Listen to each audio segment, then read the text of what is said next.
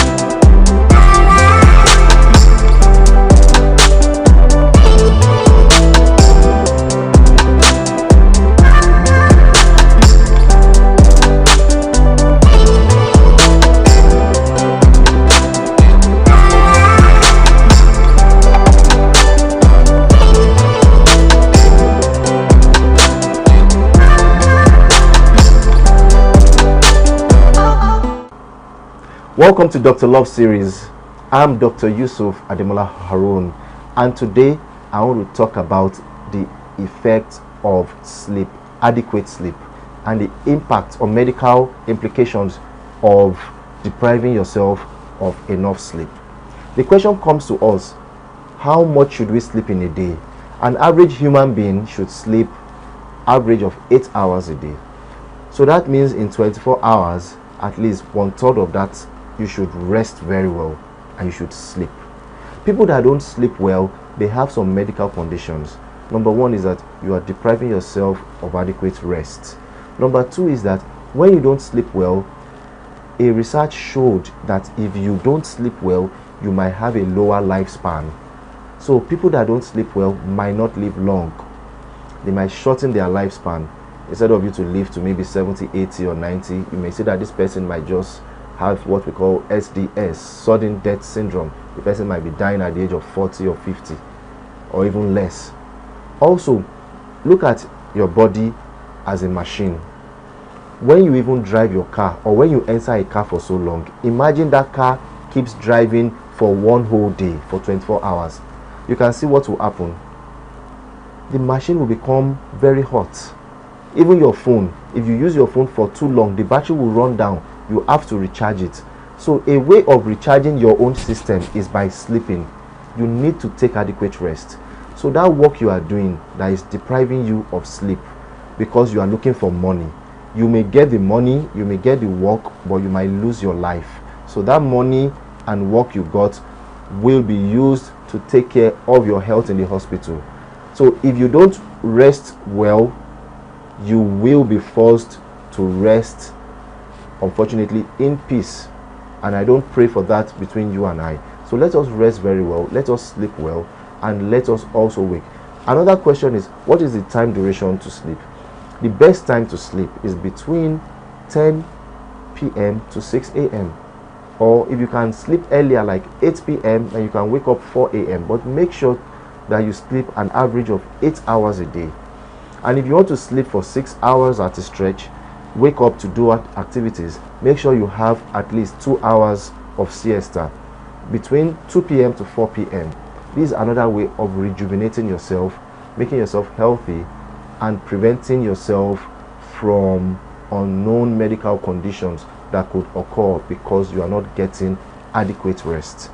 Thank you very much. After watching this, please go and sleep and forget all your worries. I'm Dr. Love, and we always love you.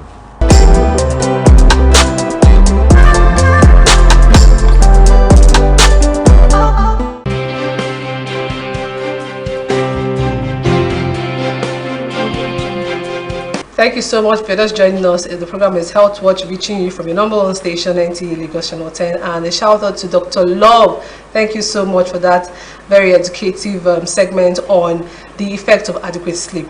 Moving on, we have our guest in the studio, Dr. Akilo Akindele. Thank you so much for coming on the program. He is a veteran. He's been someone that has been very passionate about women. He is a consultant obstetrician and gynecologist. He's been contributing stories to media houses, especially NTA. You remember the newsline of those days with Franco Lizzie. This very professional, doctor has been doing a lot in this regard to save the lives of women. You're welcome to Health Watch. Thank you very much. Now, talking about ovarian tumors, let's start with what do we define as ovarian tumors? And what's the difference between ovarian tumors and ovarian cysts? Thank you. Ovarian tumors are all swellings. Tumors are swellings of the organ, of any organ. Any organ that swells, we call it tumor.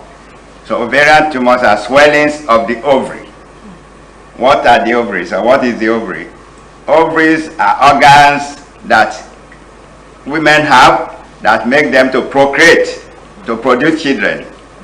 Every woman has an ovary, 2 ovaries, one on the right, one on the left. And the ovary is normally about the size of a cherry, that is the seed of agbadoma, as we call it in Yoruba.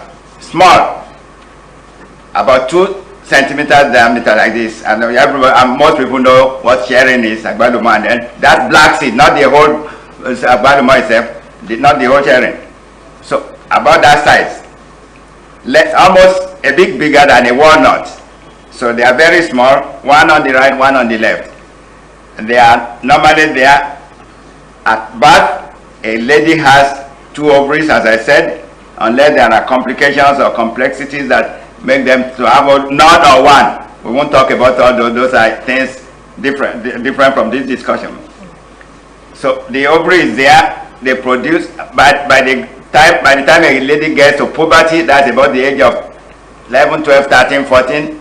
Puberty age is getting less and less these days. We are not into that too. By the time a lady gets to that age of 12, 13, 14, they can get pregnant because the ovaries start producing what we call oocytes. That's eggs. That egg is the egg from the ovary that causes a woman to become pregnant when she meets a man. There's one on the side, as I said. The ovary releases an egg, one on this month, and next month this one that releases this month, maybe the left one this time, next time the right one will produce an egg, and so on and so forth. Each ovary has about 500,000 eggs in it. 500,000 eggs. Very many, of course, we will say.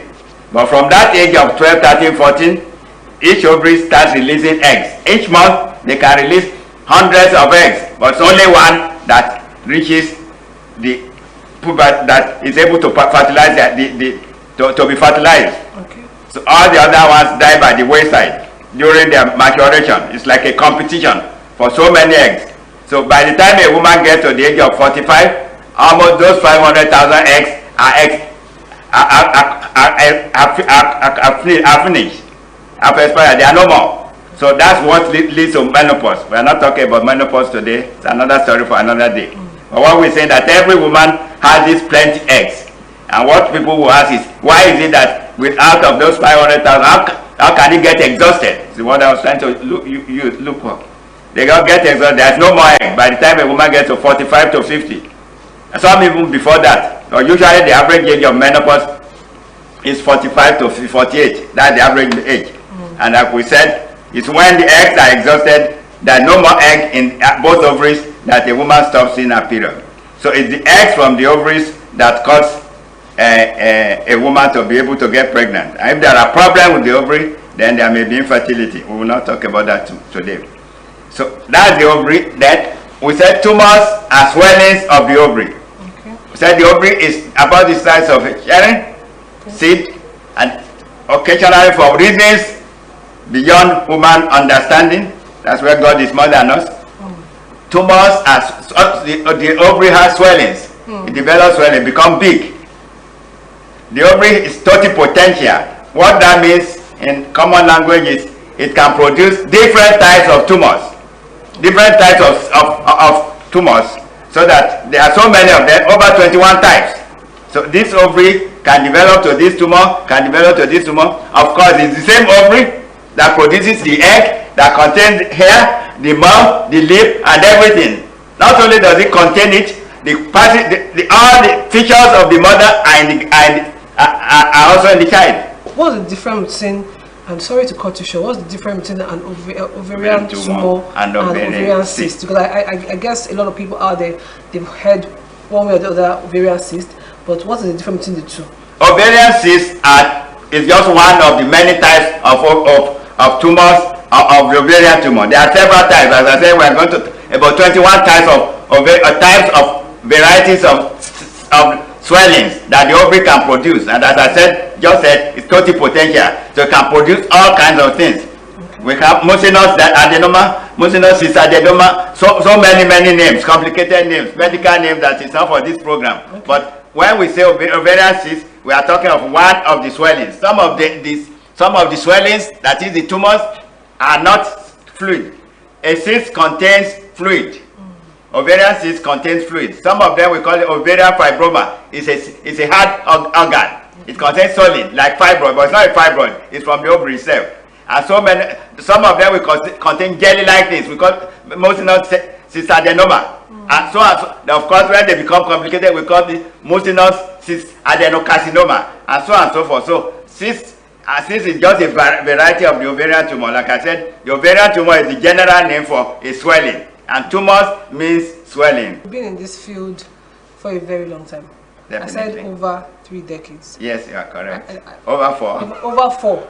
Came back from England in 1982. Okay. Over 4 gynecologist, yes. You've been there saving the lives of women. I see some pictures of women that you've attended to, that you've saved their lives. And the question will always be, what are the causes of ovarian tumors? Okay.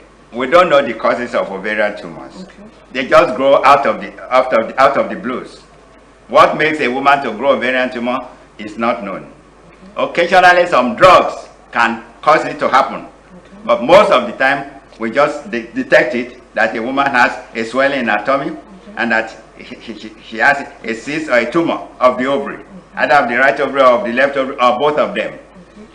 And one of the other causes that we know and we don't know what causes the pregnancy itself. Okay. Like I said, when the egg is released, the point from which the egg is released, it forms a close up. And when it closes up, it flattens out. Okay. But occasionally, instead of flattening out, when the ovary releases the egg, the place is flat. Okay. But occasionally, it keeps swelling and swelling like chewing gum, and it becomes bigger and bigger and bigger, until it becomes the size of an egg, as I said, size of a half of walnut or cherry. Becomes the size of egg, size of orange, ovarian tumor, size of orange, size of a big baby. I've removed one that was about a big baby. 18 kilogram. 18 what? 18 kilogram was in the news then. About many years ago, I brought one that's 10 kilogram, has not burst. The one of 18 kilogram burst. I brought it to NTA, just televised it. You don't have to show it. They didn't show it. It's on their news line. It's on their program. That because I want people to know that there are tumors like that, 10 kilogram. that it was weight. I brought 28 because when I have things like that in those days, about 20, 30 years ago. Who is at risk of having ovarian tumors? So, okay, so like I said, we don't know the cause. It's just, it can occur in anybody. What is the age range of ovarian tumor? It can occur at any age. Some people can have it at the age of 12, 13, 14. Even as teenagers? Yes, even as young people. Not too common there, but we have removed ovarian cysts or ovarian tumor from several people, from several young girls, age of 12, 14, 16. If I have one that is currently pregnant and that is attending my antenatal clinic, I removed one for her when she was about 12 to 14. She's now 31 and she's pregnant. Praise the Lord that the disease didn't come back again, and she was able to get pregnant after. So what are the signs and symptoms? Because if you mention 12 years and any age, the big concern here will be, what are the signs to look out for? Okay, before we go to that, as I said, it's commoner at the age of 45 and above. It's commoner in the older ones. But like I said, it can happen at the age of 20, 25, 30, 35. That's very important, that ovarian tumors can occur at any age. And so good enough that we do scans commonly nowadays. In the olden days, the 70s and early 70s, and early 80s, of course, scans were not available in Nigeria until 82 when I came back. It was after that we started having scanners here. And of course, nowadays, scans are household names. Almost every hospital has one, or can refer to good centers to scan. So because we can do many scans, we detect more now. In those days, it's only when they become big. Like I said, it can occur at any age, but when it occurs in the older age group, the risk of becoming cancerous is there. At the younger age group, it's not likely to be cancerous, but it can be cancerous at any age. But more commonly and more sinister at the old age group, those of 50, 60, and 70. So what are the symptoms? There may be no symptom at all. It can just be there, like I said, it's an incidental finding. When somebody goes to do a scan, and then they will find out that he also has a cyst in the ovary, either on the right or on the left. So it may not show any symptoms at all. As I said, it's associated with pregnancy many times, and when you do a scan, then the pregnancy scan will see it. As pregnancy is one of the known causes of it, otherwise we don't know the causes in the other people, in the other ones. So what are the symptoms? There may be no symptoms at all. When they get bigger, as I said, it's a tumor, it's a swelling. It starts to go and get bigger and bigger. It can get to the size of 10 kilograms. Like I said, I've removed that before, which I showed that. That's very worrisome. Yes. That's about 2 babies. Size of 2 to 3 babies. 3 babies. 3, 4 babies. So when it becomes that big, then many of the women will think they are pregnant. They not. Some of them may even miss their period. It may not be. Some of the tumors cause women. They are hormonal types of. They should have hormonal symptoms. We'll talk of the symptoms in a minute. So the women may stop seeing their period because of the hormonal effect. Some of them will even grow beards, and so many types that occur, and they will show only when we go to the lab. Some of them we call dermoid cysts. They contain hair, they contain tooth, they contain everything. Like I said, the ovary is totipotential. It can produce any organ, because that's what when it produces you, it produces me, the ovary, the egg. So it all contains everything. So when we have a cyst that contains all these things, we are not surprised, because it has all the features of a child. It can cause irregular bleeding too. It can make a woman stop seeing her period, and so on and so forth. Then the effect of the swelling, it can press on the bladder, press on the kidneys, and so on and so forth. It can be so big, like I said, when it's 18 kilograms, that size of 6 babies, it's like a woman is carrying triplets, and it cause press on so many organs. So those are the ways they present. You would think the woman is pregnant, a young lady, a woman who is but she's either married or not married. So those are some of the symptoms. So how do we manage it? When we detect that the ovarian cyst is there, then we normally, like I said, ovarian cysts can be malignant. They can become cancerous. So once a woman has ovarian cyst, the first thing we want to do is to try to remove it as much as possible. Because even in the young ones, we don't want to take chances. It's only when you remove it and you detect, you see that, and send to the lab, histology, and you discover that it's not cancerous, that we can sleep with our 2 eyes closed. Before then, we are worried. Like the one I saw about 3 weeks ago that I removed, the 61-year-old woman, which was about the size of, the tummy was full of fluid. That's one of the symptoms. Some of them will have, there's one we call MERS syndrome, MERS, MERS syndrome. It contains a big ovarian, a big ascites. Ascites means fluid in your tummy, in the tummy of the woman. Then it had a pulmonary pleural effusion, that's a fluid in the lungs. And then ovarian cyst. Ovarian cyst causes the fluid to keep accumulating in the tummy. The one we removed about 25 years ago, which Francolis showed on Newsline, had about 44 liters of fluid. 44 liters of fluid in our tummy, which we drain and drain and drain. That's a lot. It is a lot. 44 liters, can remember 20 liter keg. That's about 2 or 3. That's a drum. Yes, that's almost a drum. You would think he had triplets. And this one, I saw it again about 3 weeks ago, 3 or 4 weeks ago, the same story, almost. And that's one of the things that we keep seeing over and over. And then Francolis published it. So many people came from all over Nigeria, from Calabar, from Ekiti, from the north. Because when they saw it, they were afraid. Because people had it, and this woman thought she was carrying twins. And when we did scan, of course, scans are popular nowadays. When a woman is pregnant, we don't, in those days we don't use to do X-ray. We wait on it. But nowadays we do scan, and we detected it. That it was not pregnancy. It was the ovarian cyst. And it was a kind of, I call it MERS syndrome. And when we sent it for the histology, luckily enough, it was not cancerous. So that's a particular type of ovarian cyst. Like I said, this we call MERS syndrome. So there are different types. The fluid in the tummy makes it very big. Dr. Akilo, can this be treated?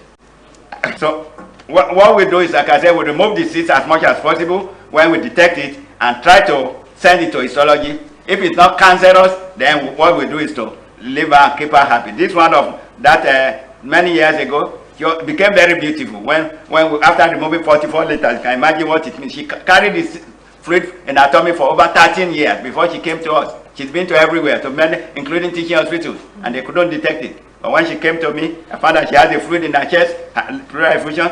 She had this big ascites and ovarian cyst. We call it MERS syndrome, and so many types.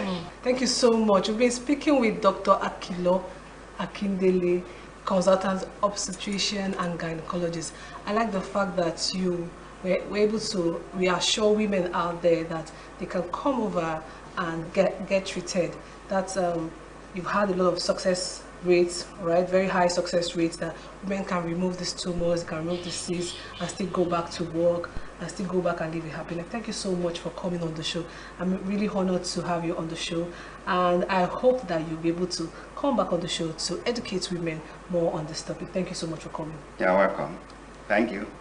And that's much we can take on Health Watch this week. A big shout out to all my crew members, the production crew, the directors, the engineers. I love you so much. Thank you for always sticking around to ensure that Health Watch goes on air every week. You have questions, you have comments, you have inquiry, you love to sponsor this program, please reach out to us on 07060865487 or send email to us on okibenkem@gmail.com. Thank you for being part of this week's edition. My name is Nkem Okibe. Join us same time, same station. See you next week. Bye.